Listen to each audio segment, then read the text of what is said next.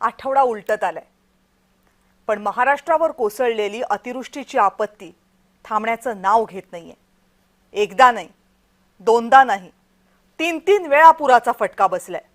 पाऊस थांबत नाहीये आणि धरणांमधून पाण्याचा विसर्ग कमी होत नाहीये. परिणाम काय? तर शेतांमध्ये आणि गावांमध्ये साचलेलं पाणी हटत नाहीये. नुकसान डोळ्यांच्या समोर दिसतंय, पण काही करताही येत नाहीये. खरं तर दुष्काळामागून दुष्काळ पचवूनही मराठवाड्याचा शेतकरी इतका हतबल कधीच नव्हता. शहरामध्ये शिक्षणासाठी गेलेली, नोकरी धंद्यानिमित्त बाहेर राहणारी तरुण मंडळी मराठवाड्यामधल्या गावागावांमध्ये पोहोचतात.